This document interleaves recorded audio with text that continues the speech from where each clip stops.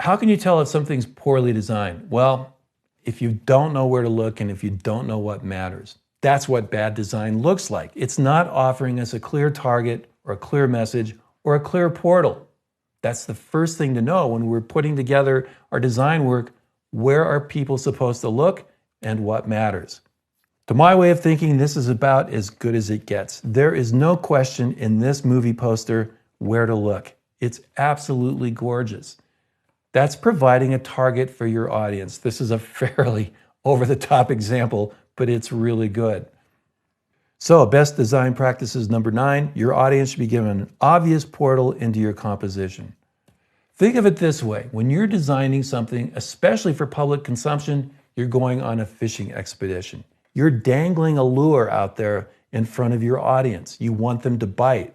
The problem is there are a lot of lures hanging down there. You got to make sure yours stands out.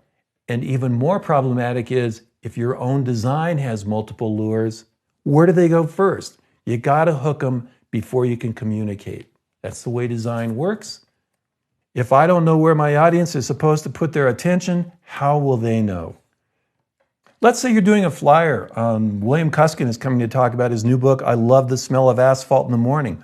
What matters on this flyer? And believe it or not, I've helped students with flyers that look exactly like this. What matters the most? Is it the periodicals room? Is it that it's presented by the Explorers Club or that refreshments will be served? Is it William Cuskin? Or is it I love the smell of asphalt in the morning? Well, if they're all equally weighted, we don't know where the lure is. We got to make sure that our audience knows exactly what the lure is. We hook them, then we communicate. So you don't want to compete with yourself in any one design.